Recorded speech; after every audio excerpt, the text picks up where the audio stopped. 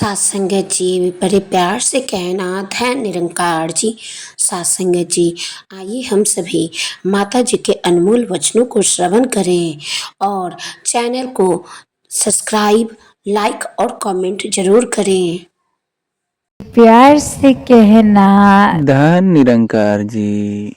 बात यही, हर किसी ने उस समय जो दात अपने सद्गुरु से प्राप्त करी, वो ब्रह्म ज्ञान तब भी सच था, अब भी सच है। ये निराकार हर समय का सच है। तो कैसे हर किसी ने जहाँ अपने जीवन में वो बात सुनी कि एक जीवन काल को जीते जी ये मोक्ष, मुक्ति, सैल्वेशन ये पाना संभव है, तो वो एक ब्रह्म ज्ञान रूप से इस निराकार को पाकर, इस सच्चाई को पाकर ही संभव है। कैसे फिर जीते जी इंसान किसी मटीरियलिस्टिक चीज से नहीं जुड़ता, सिर्फ उसको उतना ही कि ये प्रभु ने इस्तेमाल के लिए दी है तो इसका अच्छा इस्तेमाल करें, इसको वेस्ट बर्बाद ना करें, इसके साथ एक बुरी नीयत से कोई काम ना लें। और फिर वही कि ये हाथ में है, किसी दिन अगले दिन नहीं भी है, कोई पदार्थ, कोई सामान, कोई पैसे, तो वो भी इस परमात्मा का ही एक देन था। आज है कल नहीं, जब चाहे प्रभु दे, जब चाहे ले। तो उससे हमारे मन की स्थिति में कोई बदलाव नहीं आना चाहिए, क्योंकि ये सारे सुख सुविधा संविधान ये हमारे जीतने जी के लिए है। और जीना फिर हर किसी को, जब हर समय इस परमात्मा के साथ है, इसको प्राप्त करके, इसको देख के, तो फिर वो साधन हो ना हो उसका भक्तों के जीवन पे कोई असर नहीं होता। वो तो फिर एक ये बात जान लेते हैं कि ये इम्पोर्टेंट नहीं है, सिर्फ एक फैसिलिटेट करता है जीने के लिए, सब कुछ ये नहीं है। तो जो इस सब कुछ, इस परमात्मा को जान लेते हैं, वो ही इस सोजी से जी सकते हैं। एक घर में दो बच्चे और उनकी अब वो टीनेज लाइफ खत्म, पढ़ाई लिखाई खत्म, और उनके घर में पेरेंट्स ने ये सोचा कि इनको जिम्मेवार बनाया जाए, इनको एक ये दुनियावी चीज़ों को उनके सामने असली रूप में लाएं कि कैसे एक मेहनत करके ही जीवन चल सकता है। और वहीं दोनों बच्चे फिर एक संसार में अपने तरह से बिना किसी घर के फाइनेंशियल सपोर्ट से अपनी एक यात्रा को बढ़ा रहे हैं।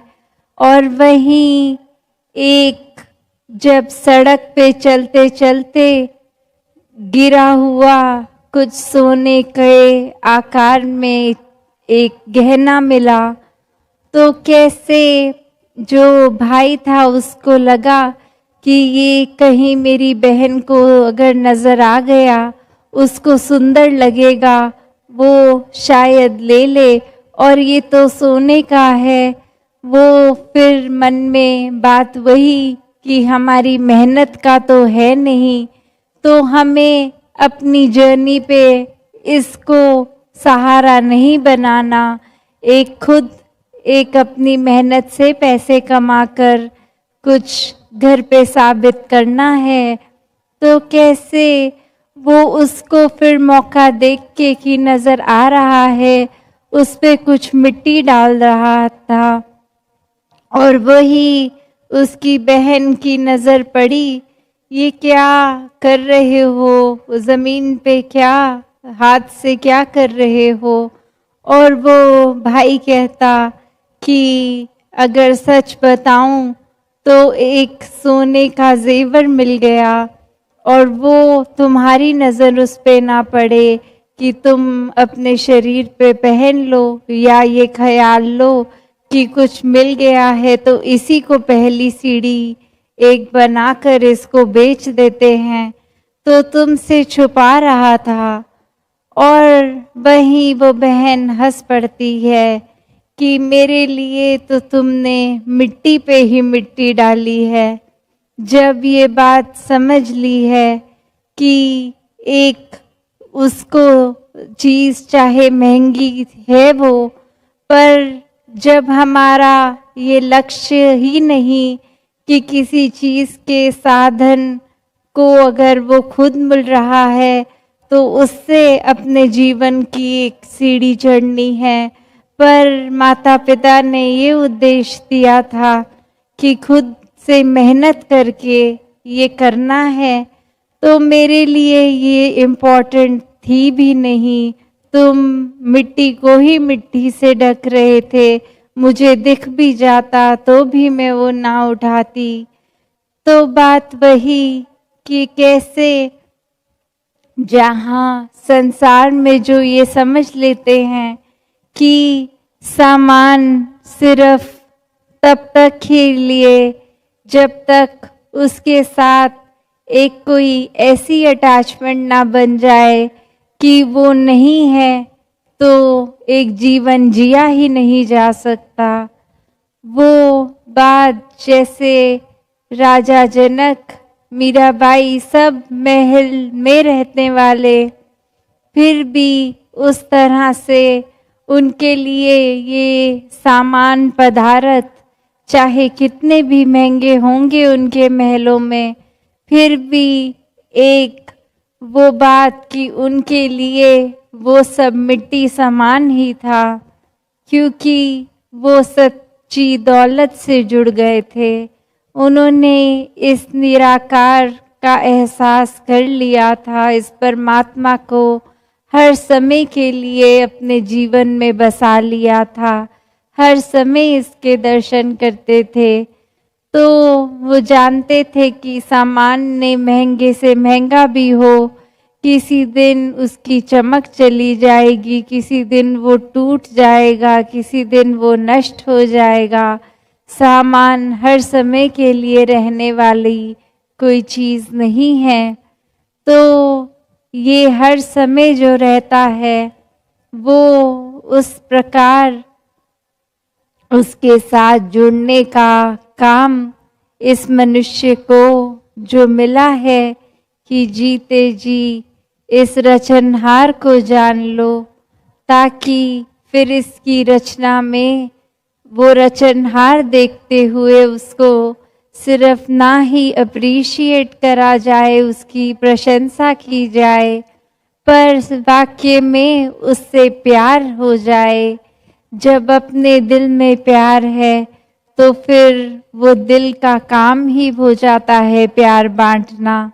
जब अपने अंदर सुकून है तो वो दिल हर एक को सुकून ही दे सकता है, वो कभी भी किसी को इरिटेशन की भावना नहीं दे सकता। जब अपने अंदर हमारे सोच इतनी बड़ी है, मन इतना विशाल है, तो किसी को कोई नैरो माइंडेड नज़रिए से एक हर एक को जजमेंटल होके उनके जीवन के अलग अलग पहलुओं पे टिप्पणी करने के लिए फिर ये मन हरगिज़ अपने आप को ये करने से रोक लेगा, क्योंकि ये रचनहार की रचना बहुत ही विशाल और इसकी हर चीज़ इतनी खूबसूरत। फिर वो नज़रिया भी ऐसा बन जाता है कि अगर कोई चीज़ बुरी सामने आए भी तो उसमें से अच्छी चीज़ चुन लेते हैं। जैसे एक जो बात होती है, अगर कचरे का ढेर होता है तो कोई अगर उसमें जो अक्सर सड़क किनारे चलते हुए नज़र आते हैं कुत्ते या कोई और जानवर, वो कैसे उस कचरे में से अपने फ़ायदे की चीज़ वो खाना ढूंढ लेते हैं।